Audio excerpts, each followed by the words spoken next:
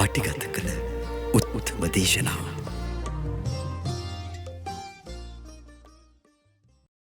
ඉතින් පංච නීවරණ ගැන තවදුරටත් පැහැදිලි කරලා දෙන්න කියලා මේ ඉල්ලීමක් තියෙන්නේ. ඒක තමයි දැන් මෙතනත් අපි මේ සිද්ධ කළේ.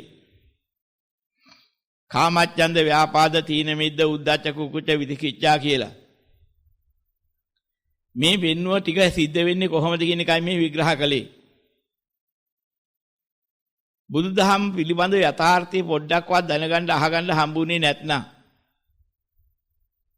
අර පුතත් අපි අර කිව්ව අලෝභ ආදේශ අමෝහ කර්ම විපාකයේ වශයෙන් ඉපදුනේ නැත්නම් ඒ ඇයිටත් මේ ධර්මයේ කොච්චර කිව්වත් වැටහෙන්නේ නැහැ.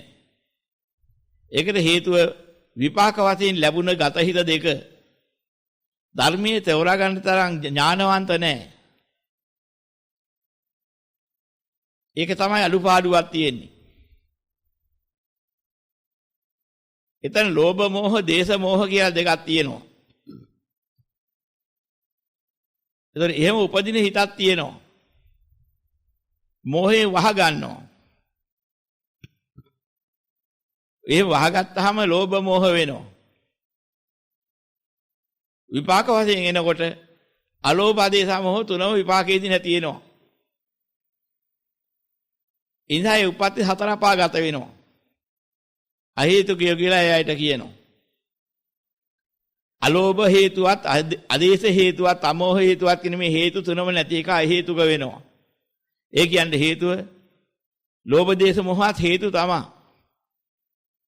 මේ අහේතුක කිව්වේ ධම්ම අවබෝධ කරගන්න හේතුවක් නැතුව යනවා. ඉතින් තිරසනාට වන ඇහලා ඒ තිරසන් අත්බෑ විදිලා මාර්ගඵල ලබන්න බෑ. ධර්ම අවබෝධය ලැබෙන්නේ නැහැ. ඒත් අහේතුකයි. හැබැයි එක මට්ටමකට අවබෝධයක් ලැබෙන තව දෙකක් තියෙනවා ද්වි හේතුක උප්පත්තිය කියලා. අලෝභයෙන් ආදේශයෙන් උපදිනවා. හැබැයි නියම විදිහට අමෝහය එතන නැහැ. සමහර අය හොඳ වැඩ කරනවා කර්මඵල අදහලා නෙමෙයි. තමන්ගේ යාළුවෙක් නිසා කන්න බොන්න දෙනවා. යාළුවෙක් නිසා ඉඳ හිටින්න දැනගුත් හදලා දෙනවා. ඒක පිනක් නිසා එහෙම පිනක් ගැන හිතන්නේ නැහැ. එහෙම දෙයක් තියෙනවා කියලාත් විශ්වාස කරන්නේ නැහැ. අන්න ඒ වගේ අවස්ථාවල් වල ඇති වෙනවා අලෝභ ආදේශ දෙකෙන් කරන කටයුතු.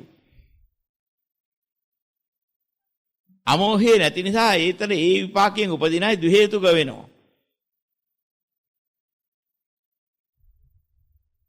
එතකොට අලෝභ ආදේශ අමෝහ මේ තුනෙන්ම යුක්තයි. එතකොට ත්‍රි හේතුකයි. ද්වි හේතුක වෙනවා.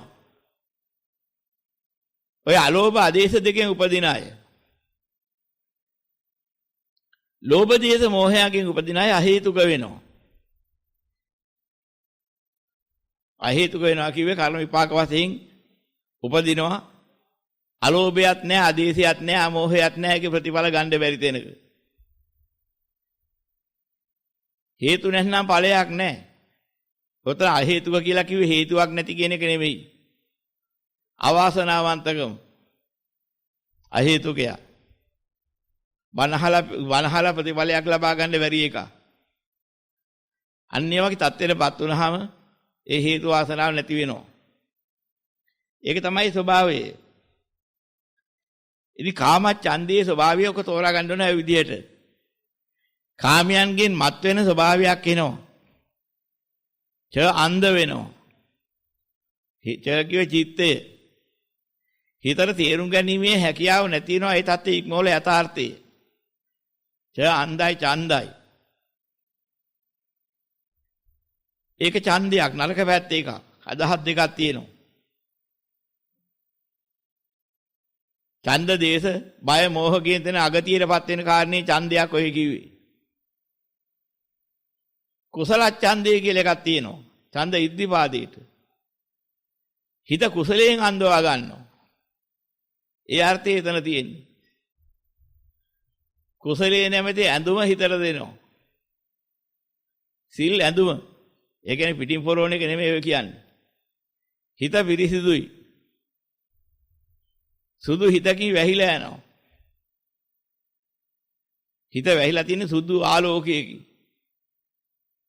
ඇඳුමක් දුන්නා වගේ. අන්නේ ඡන්ද කියන එක. ඡන්ද ඉර්ධිපාද වලට වැටෙනවා. ඔන්නේ ඉර්ධියක් වශයෙන් ලැබෙන්නේ. ඒතර ඒක වෙනයි. ඉතින් ඕක වෙනස තෝරා ගන්න ඕනේ. කාමච්ඡන්ද එකක්. කාමයන්ගෙන් හිත අන්ධ වෙලා යනවා කිව්වෙත් ඕකයි. කාමියෝ හැම වෙලෙම ඥානීය වහනවා. නුවණ මොට කරනවා. ඒකත් හරියට ඇඳුමක් වාගේ තමයි. ඇස් දෙකත් එක්ක වැහෙන්න පොරෝප එකක් වාගේ. ඇඟ වැහෙන්න පෙරෙව්වා හැම එකක්. ඇස් දෙකත් වැහුණා. කාමී නැවති ඇඳුමේ වැහුවා. හිත වැහුවාට පස්සේ හිතට ඇඳෙව්වා කාමී. කාමච්ඡන්ද වුණා. ওই නිරුත්තියක් එක්කලයි විග්‍රහ කරන්න හොඳට තේරෙනවම කියා දුන්නාම. නැතුව කාමච්ඡන්දය කියන්නේ මොකක්ද කියලා කොච්චර විග්‍රහ කළත් අර්ථය වටහා ගන්න අමාරුයි.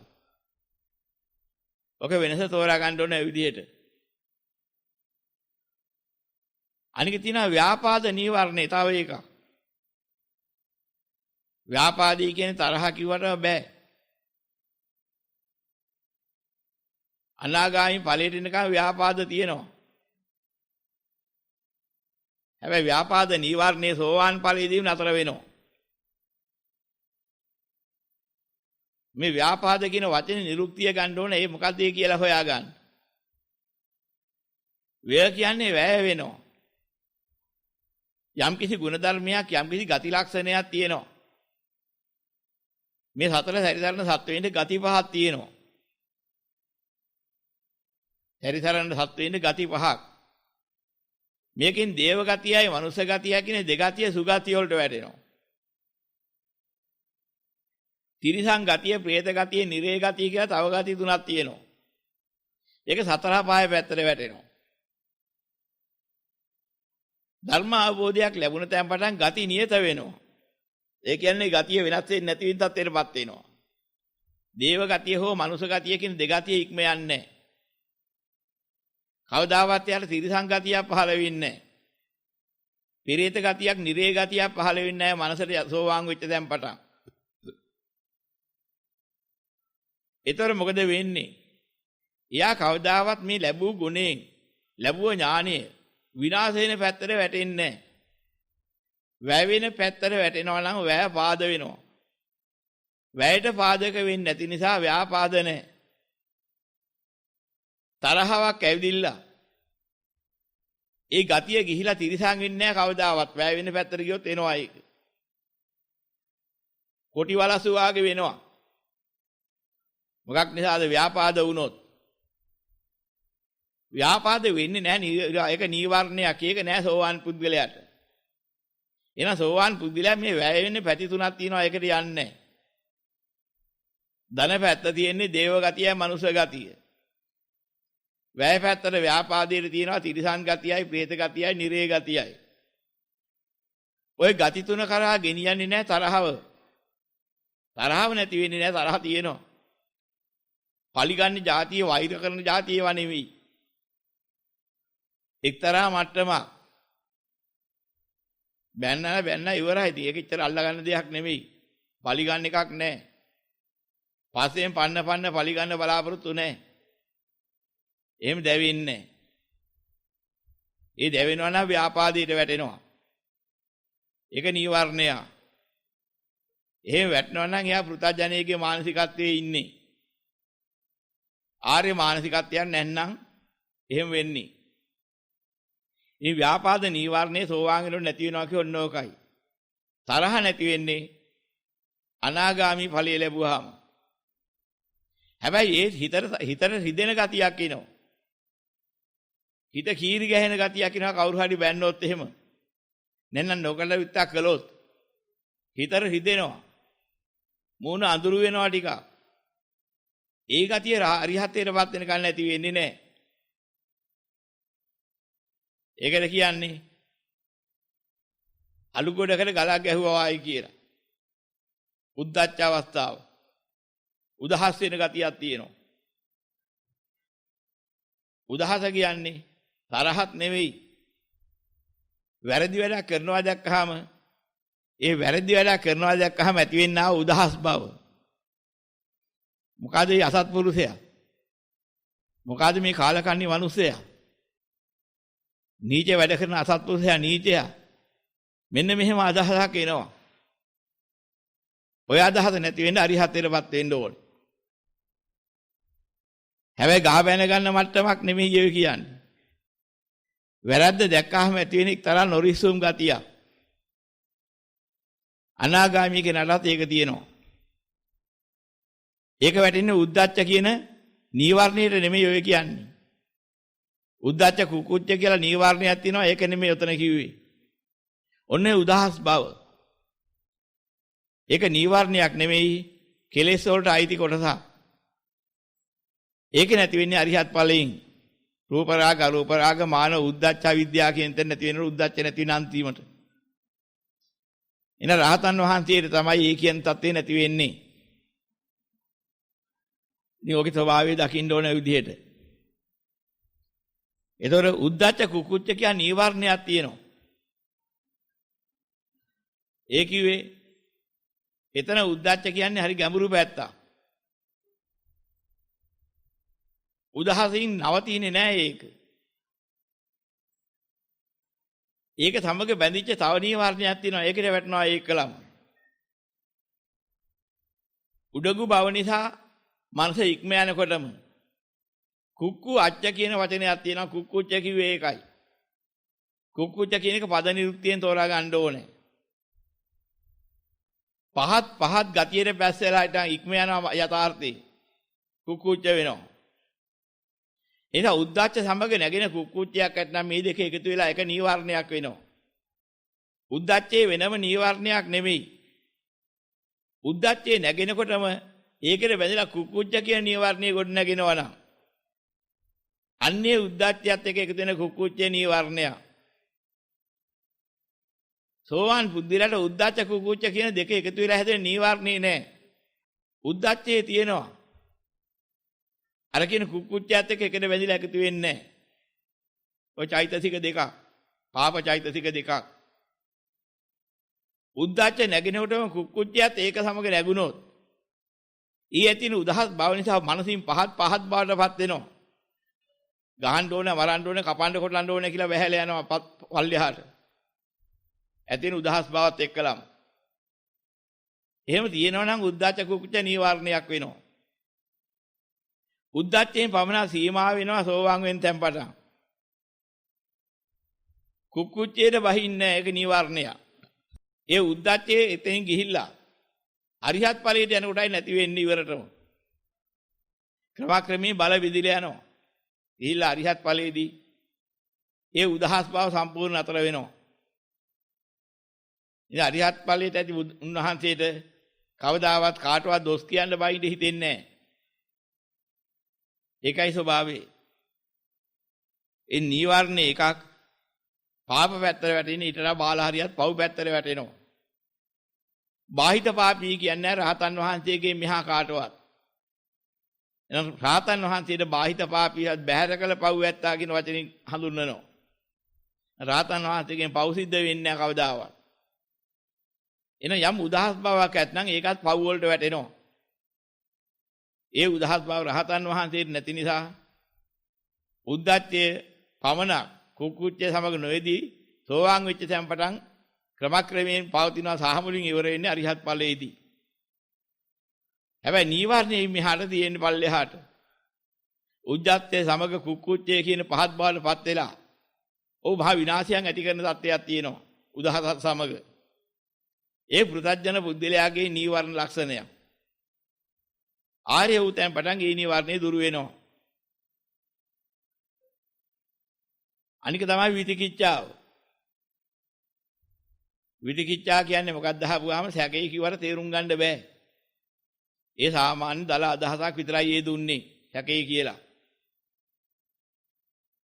කාංකා විතිකිච්ඡා කියන වචන දෙකක් ඒකට සම්බන්ධ කරලා ඒකට කියන්නේ. කාංකා සමගයේ දෙන වචනයක් තියෙනවා විතිකිච්ඡා කියලා. කාංකා විතිකිච්ඡා. එතෙන්ද කියන්නේ කංකති විචිකිච්ඡති ආදී වශයෙන් විග්‍රහ වෙන වචන දෙක.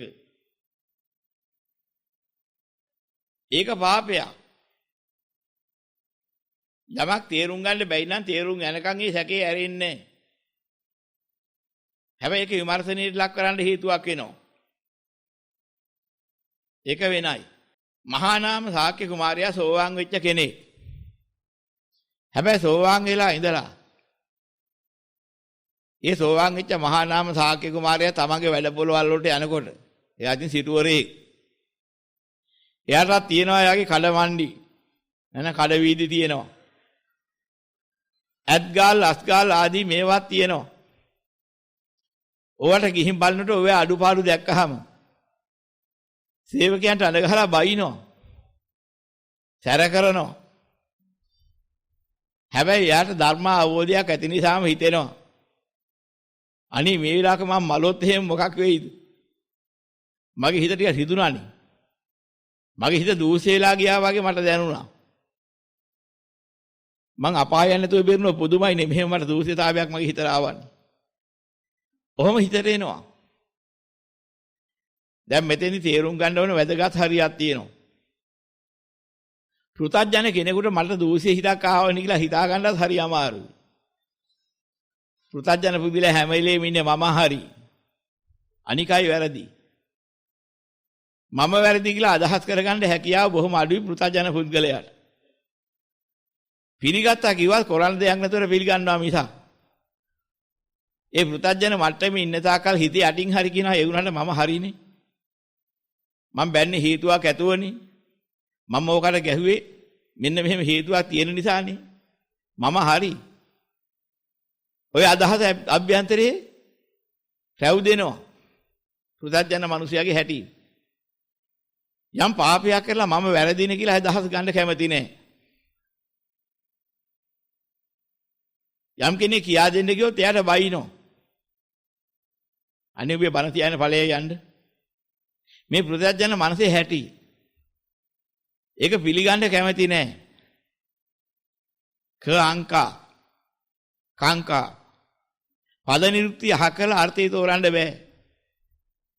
පොත බලලා මේකේ අර්ථය ගත්තට හරියන්නේත් නැහැ. මොකද පොතේ පද නිරුක්තිය නැහැ. ඒක ප්‍රඥා ගෝචර දෙයක්. ගණන් ගන්නෙ නැහැ. අපි ආවේ සිංහල වචනෙන් කියනවා ඔබට. අංකයක් දෙන්න කැමති නැහැ. අංක. එයා අංක දෙන්නේ මොනවටද? රාගයට, දේශයට. කවදාවත් අනිකකින් අහක් වෙන පැත්ත හොඳයි කියලා කියන්න කැමතිත් නැහැ. ඒ නිසා ඔහු කවදාවත් තමන් කරන කටයුතු ප්‍රകൃති පැත්තට නෑ. ප්‍රകൃතිය කියන්නේ නිවන. විකෘතිය කියන්නේ ලෝකය. නිත්‍ය සුඛ අත්ත සුභ කියන ඒවා තමයි විකෘති. අනිත්‍ය දුක්ඛ අනාත්ම අසුභ තමයි ප්‍රകൃති. විකෘති කටයුතු විතිකිච්ඡා කියන්නේ. එහෙනම් යම් කෙනෙක් නිත්‍යයි සුභයි, නිත්‍යයි සුඛයි, අත්තයි සුභයි කියලා. ඒ දෘෂ්ටිය පිහිටලා නම් කරන්න කටයුතු. විකෘති කටයුතු කර කර ඉන්නවා මිසක් ඔහුට නිවන් දකින්න කටයුත්තක් ගොඩ නැගෙන්නේ නැහැ. ඔව් ඒ ධර්මයේ ගණන් ගන්නේ නැහැ කංකහ. ගණනක් ඒකට ඉඩක් දෙන්නේ නැහැ. තැනක් දෙන්නේ නැහැ. අර විකෘතියටමයි තැන දෙන්නේ. මෙන්න මේක පාපය. මෙන්න මේකට කියනවා කංකා විතිකිච්ඡා. ඔන්න ඔය தත්ත්වේ සෝවාන් පුද්ගලයාට නැති වෙනවා. සෝවාන් පුද්ගලයා වරදක් කරපුවාම මේක වැරදිනේ මං අතින් සිද්ධ වුණේ කියලා අවංකව දන්නවා. යාට ඒක වැහෙන්නේ. ඒකයි විශේෂත්වය. අබබ්බෝසෝ තස පටිච්චාදාය. ඕට ඒක වැහිලා හිටන් යන්නේ නැහැ කොයි වෙලාවකවත්. අබබ්බතා දිට්ඨපදස වූත්තා. දෘෂ්ටිපදයකට හො වැටෙන්නේ නැහැ. දෘෂ්ටිපදයේ කිව්වේ අපි ඔය කිව්ව විදිහට නිච්ච සුඛ අත්ත සුභ කියන දෘෂ්ටියකට ඔහු වැටෙන්නේ නැහැ. දෘෂ්ටිය මිදිලා. ඒ නිසා ඔහු කරපු වරදක් නම් වරද පවක් නම් පව ඌට වැටෙනවා. මේක වැරදි. මම බැන්නේ එක වැරදි. මම සැරපරුස වෙච්ච එක වැරදි. මේක භයානකයි අපරාධයක් ඕක දකින්නවා. රාගයෙන් රත් වෙලා ද්වේෂයෙන් දැවිලා ඉන්න පුද්ගලයාට වැරද්ද පේන්නේ නැහැ. ඒක බරපතලකම පේන්නේත් නැහැ. හැබැයි යම් දවසක මේ ධර්මාභෝධය ලැබිච්ච කෙනාට වැරැද්ද හැටියට පේනකොට ඊටා පුංචි වැරැද්දක් සිද්ධ වෙන මහා මෙරක් වාගේ ලොකුවට පේනවා. මං අතින් බරපතල වරදක් සිද්ධ වුණා. මොකද්ද බරපතල වරද? මම එක්කෙනෙකුට බැන්නානේ. අර පෘථජන කාලේ තුට්ටුවකට සලකන වරදක් නෙමෙයි ඒක. ඔකට වයින්නතෝ මොනවා කරන්නේ? ලෙව කණ්ඩ කියනවාද? වයින්නවා නෙමෙයි අහුනනම් බෙල්ල කඩනවා ඔක. අන්න එහෙම අදහස් එනවා. යථාභූතී ලැබුණු කෙනෙකුට එහෙම අදහස් එන්නේ නැහැ. තමන්ගෙන් වෙච්ච රාග, ద్వේෂ, මෝහ සහගත වරදක් ඇත්නම් බරපතල වරදක්මයි සිද්ධ වුණේ කියලා තමන්ට හැඟෙනවා. මෙන්න මේ නිසා සෝවාන් ඵලයටපත් වෙලා හිටපු අර මහා නාමකටත් ඔය වගේ කෙනෙකුට බැන්නොත් එහෙම තමන්ගේ සේවකයෙකුට බරපතල වරදක් මං අතින් සිද්ධ වුණා කියලා හැඟීමක් එනවා. මම මේ කරපු වරදට අපායයයි දන්නේ නැහැ කියලා ඒ තරමට බරපතලකමක් හැඟෙනවා. බුදුරජාන් වහන්සේලාට ඇවිදilla කියනවා ස්වාමීනි මම මේ ඉදිරිය ඇත්හලට යනකොට කල වීදියට යනකොට ඒවා ඉන්න මගේ සේවකයෝ එයාගේ අඩුපාඩු වෙනවා දැක්කට පස්සේ මං අතින් කියන වචන ආදී මං හැසිරෙන හැටි දැක්කහම ඒ විලාය මලොත් අපායයි කියලා මට බය හිතෙනවා. බුදුරජාන් වහන්සේ සැනසෙන්න කතා කරලා කියනවා මහා නාම බය වෙන්න එපා. ධර්මා බෝධියක් ලැබිලා තියෙන ඔබට කවදාවත් එහෙම දෙයක් වෙන්න හේතු නැහැ. ඉතින් එක වතාවක් කිව්වා බුදුරන් වහන්සේ දේශනා කරපුවාම නැවත දවසක් ගිල ඔය වචනේම කියා තියෙනවා බුදුරන් වහන්සේට. දැන් බුදුරන් වහන්සේ දේශනා කළා උන්වහන්සේට කෙලින්ම එල්ල කරලාම නේ කියන්නේ මහා නාම ශාක්‍ය කුමාරයාට මහා නාම බය වෙන්න එපා තුන් වතාවක් කියනවා. එබලෙම මහා නාම බය වෙන්න එපා, මහා නාම බය වෙන්න එපා, මහා නාම බය වෙන්න එපා. ඔබ අපාගත වෙන්නේ නැහැ. එහෙනම් ඒ බුදුරන් වහන්සේගේ ශ්‍රී මුඛේ දේශනා කරපු වචනේ අහලා සැක විදුනා නම් එහෙම තව දවසක් ගිහිල්ලා ආයි කියනද බුදුරන් වහන්සේට ස්වාමීන් මට වය හිතෙනවා අපායයි කියලා ආයි කියන්න ඉඩක් නැහැ. නමුත් කියලා තියෙනවා තුන් වතාවක්. තුන්වෙනි වතාවේදී බුදුරන් වහන්සේ කියනවා මහා නාම සල්ගස් දෙකක් පෙන්නලා කියනවා. අර පෙනෙන සල්ගස් දෙකට සියක් අවුරුද්දක් ජීවත් වෙනවා කියලා මම කිව්වොත් ඒකට යහපතක් තියෙනවා කියලා කිව්වොත් ඒකට හොදක් වෙනවා නරකක් වෙන්නේ නැහැ කියලා කිව්වොත් ඒක එහෙමමයි මිනිස්සුયો ගැන කියන එක කවර කතාවක්ද? සියක් අවුරුද්දක් යනකම් ඒ තල්ගස් දෙක නිරුපද්දිතව පවතිනවා. තථාගතයන් වහන්සේගේ වචන එහෙමයි යොක තේරුම් ගන්න. මිනිස්සෙක් ගැන කියන නම් කවර කතාවද? මහා නාම ඔබ අපාගත වෙන්නේ නැහැ බය වෙන්න එපා. තුන්වෙනි වතාව කියන කම්මත් පිළියල් නැතුව ඉලා තුන්වෙනි වතාවේ තමයි නිහඬ වුනේ. දැන් බුදුරජාන් වහන්සේ දේශනා කරපු දේ ගැන අහුනට පස්සේ සැක නැති වුණා නම් සියලු සැක නැති වුණා නම් දෙවෙනි වතාව කියලා ස්වාමීනි මට බය හිතෙනවා අපායයි කියලා ආයි කියනවාද? ඔය ධර්මයෙන් හේතු වෙන්නන්නේ. එහෙනම් ඔයක තමයි කිව්වේ විතිකිච්ඡා කියන්නේ සැකේ කියලා උත්තර ගත්තොත් ඕකට උත්තර දෙන්න වෙනවා. සෝවාන් පුද්ගලයාට සැකේ නැහැ. එහෙනම් විතිකිච්ඡා නැහැ. සැකේ නෙවෙයි.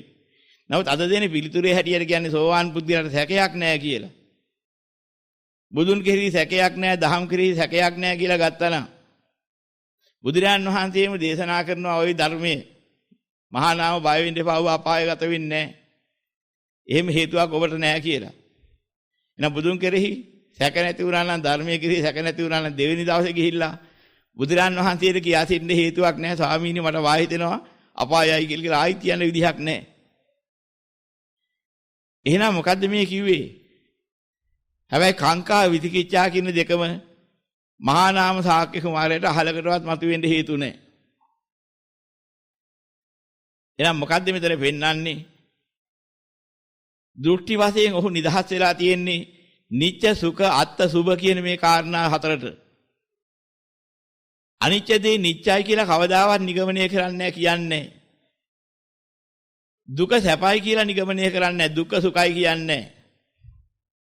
අනාත්ම දේ අත්තයි කියලා කවදාවත් කියන්නේ නැහැ. කියන්න හේතු නැහැ ප්‍රඥාවෙන් වැටහිලා තියෙන්නේ.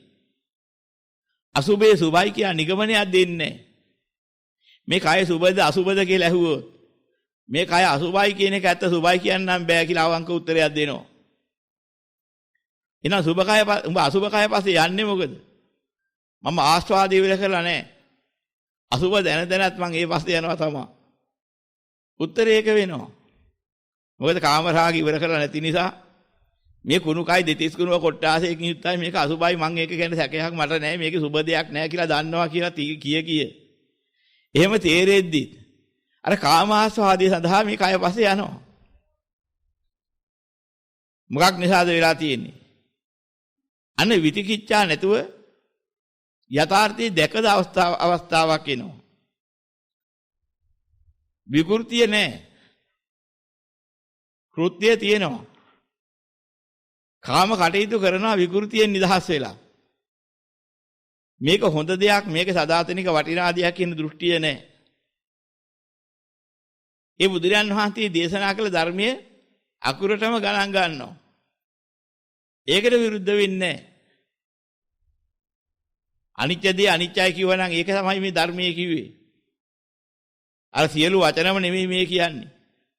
සත්‍ය බෝධිපාක්ෂික ධර්ම වලට අයිති හරිය. මෙන්න මේ ටික ගැන සැකයක් නැහැ. සැකයක් නෙමෙයි උතර කියන්නේ විතිකිච්ඡාවක් නැහැ කිව්වේ. ඒ දහම ගණන් ගන්නවා. ඒ දහම ගණන් නොගන්න ස්වභාවයක් සෝවාන් පුද්ගලයාට නැහැ. ඒක තමයි කිව්වේ. ක අංක කියන්නේ ගණන් ගන්නේ නැහැ කියන එක. ක අංක දුරු වෙලා. අනිත්‍යදී අනිත්‍ය හැටියටම කියනවා. දුකදී දුක්ඛයි කියනවා. අනාත්තදී අනාත්තයි කියනවා. අසුබදී අසුබයි කියනවා. ඒ ගැන කිසි ප්‍රශ්නයක් නැහැ. අන්න ඒක තමයි කාංකා විතිකිච්ඡා නැහැ කියන්නේ. නමුත් ඔකට කියන්නේ සියලු සැක නැහැ කියලා. සියලු සැකේ නැහැ කිව්වොත් එහෙම ගලපන්න බෑ ධර්මයට. ඉතින් ඕක තේරුම් ගන්න ඕනේ. එතකොට කාමච්ඡන්ද, ව්‍යාපාද, තීන මිද්ද, උද්ධච්ච කුකුච්ච විතිකිච්ඡා කියන නීවරණ පහ ඔය ආකාරයෙන් වටහා ගන්න ඕනේ. සෝවාන් බුද්ධිලට නීවරණ පහ නැහැ. නමුත් කාමයේ තියෙනවා. ව්‍යාපාද කියන එක නැහැ වුණා තරහ එනවා. සතර පාගතන මට්ටම් අහලකවත් නැහැ ඇව්වේ. එතකොට තීන මිද්ද කියනකොට එතරම් ඇති වෙන්න ක්‍රමයක් තියෙනවා. තීන කියලා කියන්නේ යම් කිසි ආකාරයකින් යම් කිසි තැනක ලෝකේ හොඳයි කියලා පිළිහිටනවා නම් එහෙම හිතක් එන්නේ නැහැ. කවුරු වුණත් හොඳද? සදාතනිකද? සදාතනික ලෝකයක් කියලා පිළිගන්නේ නැහැ. මට ඉන්න තැන ලෝකේ තියෙනවා අහවල් කියලා වෙලා හිටියොත් හොඳයි කියලා. එහෙම තැන සදාතනික දැහුවොත් එහෙම. ඔව් කියන්නේ නැහැ. එහෙම පිළිගන්න හේතු නැති බව දන්නවා. ඒක ස්වභාවය ඒකයි. මිද්ද වෙනවා කියලා වචනයක් තියෙනවා. යම් තැනක හිත පිහිටවන්න තැනක් තියෙනවා දැහුවොත් ලෝකේ. එහෙම දෙයක් නැහැ. මා ඉද්දයි. ඉද්ද කියන වචනේ මා කියලා කිව්වේ නැති අර්ථයේ. ස්ථිරව පිහිටන තැනක් ලෝකේ හොඳයි කියලා නැහැ. අන්න ඒක තමයි ඒ කිව්වේ. යම් කිසි තැනක් ඇද්ද මට ස්ථිරව හොඳයි කියලා ගන්න මේ ලෝකේ කිසි තැනක් නැහැ කියලා දැක්කහම එතකොට තීන මිද්ද කියලා කියන ඒ නීවරණය එතනින් ඉවත් වෙනවා. පිහිටන්න තැනක් නැහැ. ඉවත් කරන්නේ මොකද්ද? සදාතනික තැනක් තියෙනවා පිහිටන්න. එතන ගණන් ගන්න නැහැ මා ඉද්ද වෙනවා. කොතනද පිහිටන්න තියෙන එකම තැන නිවන. ජාතියක් නැති, ජරාවක් නැති, ව්‍යාධියක් නැති, මරණයක් නැති, ශෝකයක්, පරිදේවයක්, දුකක්, දොම්නසක්, උපායාසයක් නැති තැනක් කොහෙද තියෙන්නේ? මොකද්ද? ඒ තමයි අසංකත නිවන. මෙන්න මේක පිළිගන්නවා නම් පිළිගත යුත්තේ ඒකයි. නමුත් ඒ නිවන පිළිගන්නේ නැහැ.